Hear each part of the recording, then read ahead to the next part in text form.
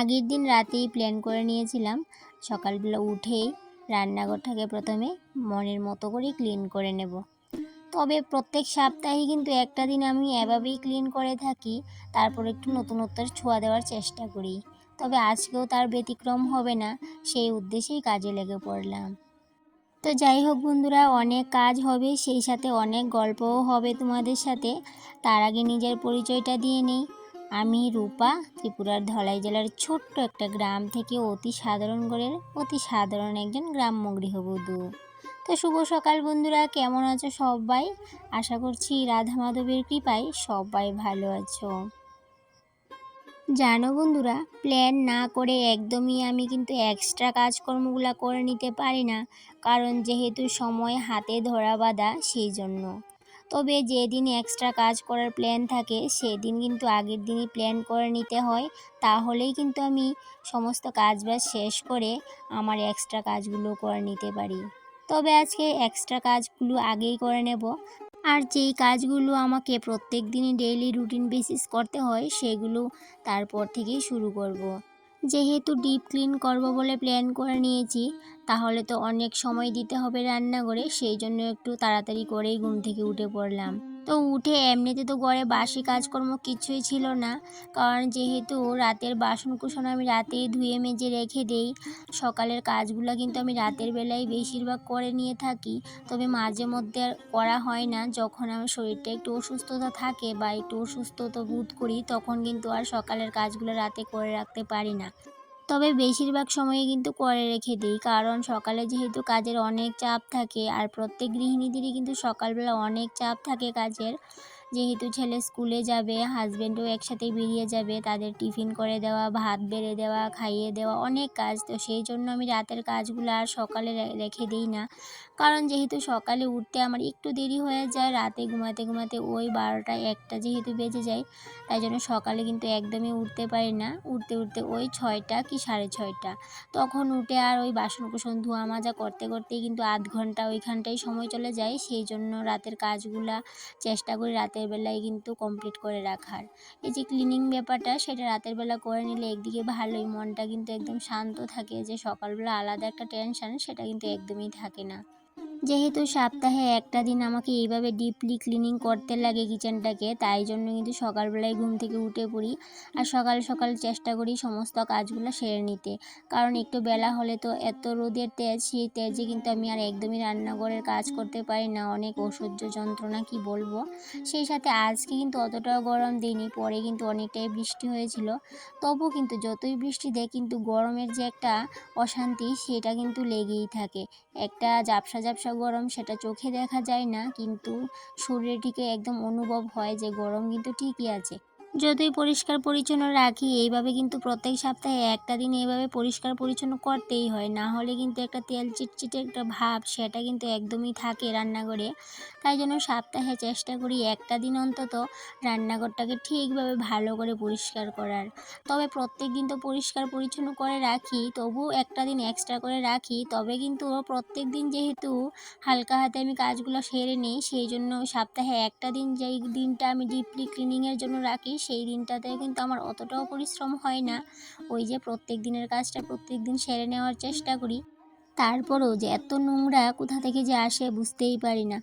আমরা যেমন দৈনন্দিন জীবনে প্রত্যেক দিন আমাদের স্নান করতে হয়, প্রত্যেক দিন খাওয়া দাওয়া করতে হয় টাইমলি, সেই রকমভাবে কিন্তু ক্লিনিংয়ের ব্যাপারটাও কিন্তু সেম এইরকমই। সকাল সকাল যদি উঠে এইভাবে কাজ করা যায়, তাহলে কিন্তু পরিশ্রমটা একদমই গায়ে লাগে না।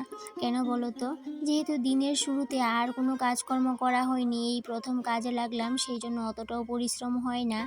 আর এই জন্য আমি সকাল সকালে চেষ্টা করি, এই যে একটু পরিশ্রমের কাজ হলে সকাল সকালে সেরে নেওয়ার চেষ্টা করি। তাই জন্য খুব সকালে ঘুম থেকে উঠে সমস্ত কাজবাজ সেরে নিলাম। এবার কিন্তু ধীরে সুস্থে আমার ডেইলি রুটিনের যে কাজগুলো আছে সেগুলো করে নেব। কালকে প্ল্যান করেছিলাম পেঁয়াজগুলোকে এখান থেকে সরিয়ে নেব। তো কেন সরিয়ে নেব বলো তো? গতকালকের ব্লগে একজন দিদিভাই আমাকে খুব সুন্দর একটা মিষ্টি কমেন্ট করেছিল যে দিদিভাই, যে পেঁয়াজগুলো রাখলে সেখানটা একটা পেপার বিছিয়ে নিয়ে তারপরে পেঁয়াজগুলো রাখো, তাহলে কিন্তু আর নোংরাগুলো নিচে পড়বে না। তো ওই কমেন্টটা কিন্তু আমি অনেকবার ভাবছিলাম যে ঠিকই তো বলছে দিদিভাইটা। তো সেই জন্য ভাবলাম না, এই পেঁয়াজগুলো আর এখানটা রাখবোই না, পেঁয়াজগুলো এখান থেকে তুলে অন্য জায়গায় নিয়ে রাখবো। কেন কি, র্যাকটার মধ্যে যদি পেঁয়াজগুলো রাখি, র্যাকটা না একদম নোংরা হয়ে যাবে, যেহেতু পেঁয়াজের মধ্যে অনেক নোংরা থাকে, সেই জন্য পেঁয়াজগুলোকে সরিয়ে নিয়েছি। ধন্যবাদ গো দিদিভাই এত সুন্দর একটা মিষ্টি কমেন্ট করার জন্য। প্রথমে তো আমার ভাবনার মধ্যে এই কথাটা একদমই আসেনি, কিন্তু পরে ভাবলাম না, কথাটা তো ঠিকই আছে।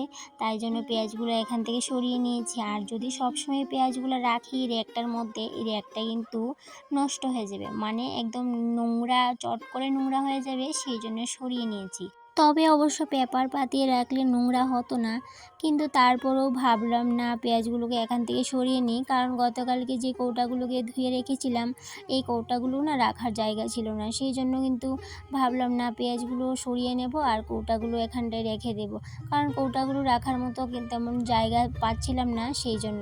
আর এমনিতেও সপ্তাহে একটা দিন আমার না জিনিসপত্র এদিক সেদিক করতে অনেকটাই ভালো লাগে। এক জায়গায় একই রকমভাবে জিনিস রাখতে একদমই ভালো লাগে না। একটু চেঞ্জ করে করে রাখি, দেখি কোন জায়গায় কী রাখলে ভালো লাগে, সেটা আমি অবশ্যই ট্রাই করে থাকি, সপ্তাহে একটা দিন অন্তত সেটা করেই থাকি। তো তোমরা লক্ষ্য করলে অবশ্যই দেখতে পাবে যে আমার একটা জিনিস এক জায়গায় কখনো থাকে না।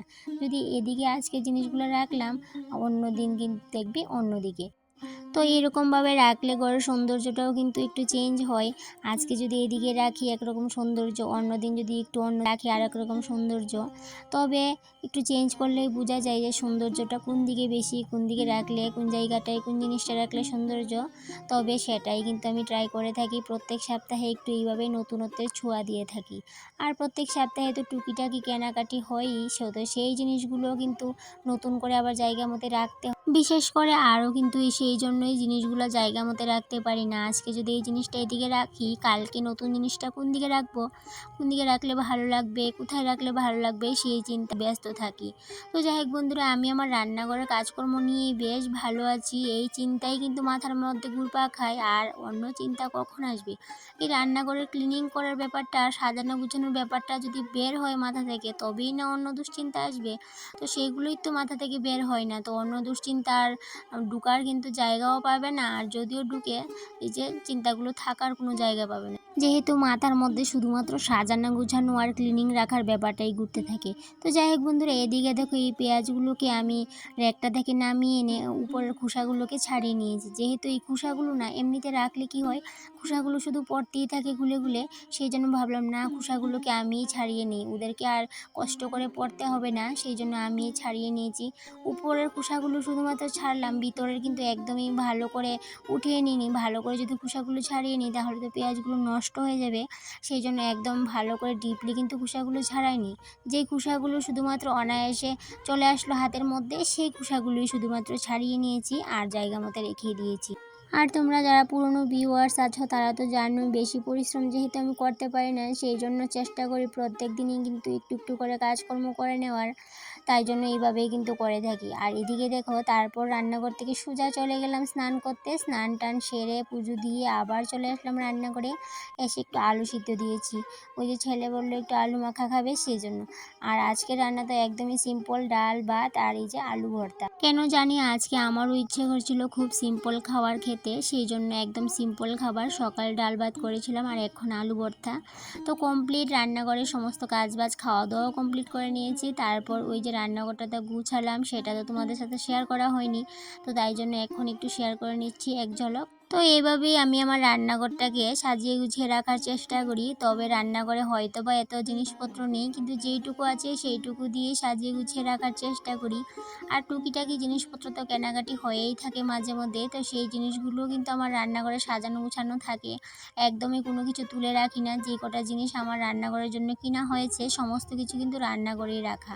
তবে যেহেতু রান্নাঘরে দামি কোনো মিটকেস নেই, সেই জন্য ভালো ভালো জিনিসগুলো আর মিটকেসেও রাখতে পারি না।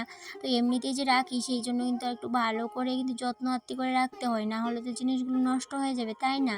জানি না কবে একটা মিট কেস নিতে পারবো আর আমার সুন্দর সুন্দর জিনিসগুলো মিট কেসে রাখতে পারবো। তো তবে তোমরা তো জানো যে আমি কিচেনের টুলস কিনতে অনেক ভালোবাসি, কিচেনের ছোট্ট ছোট জিনিস কেনাকাটা করতে অনেকটাই ভালোবাসি। তো সেই জিনিসগুলো শুধু কেনাকাটি করলেই তো চলবে না, সেগুলো তো যত্ন করে রাখতে হবে। তো সেই জন্য অনেক দিন ধরে ভাবছিলাম কবে যে একটা মিট কেস নিতে পারবো। তো যাই হোক, যেদিন পারবো, যেদিন রাধা মাধব আমাকে আশীর্বাদ করবে সেদিন অবশ্যই নিতে পারবো। বাইরে হচ্ছিল ঝিরিঝিরি বৃষ্টি, তবে এখন নেই, এখন কিন্তু একটু কমই আছে। তাই জন্য একটু রেস্ট করে নিলাম কিছু সময়। তারপর সন্ধ্যের সময় আবার ওই ডিউটি, রুটি করেছিলাম, চা করব, তারপর রান্না বান্না, তো এইসব তো চলতেই থাকবে। তো সেই সাথে চলে আসলাম ভিডিওর শেষ পর্যায়ে বন্ধুরা। তো আবারও দেখা হবে তোমাদের সাথে পরবর্তী কোনো একটা ব্লগে। ততক্ষণে তোমরা ভালো থেকো, সুস্থ থেকো, টাটা।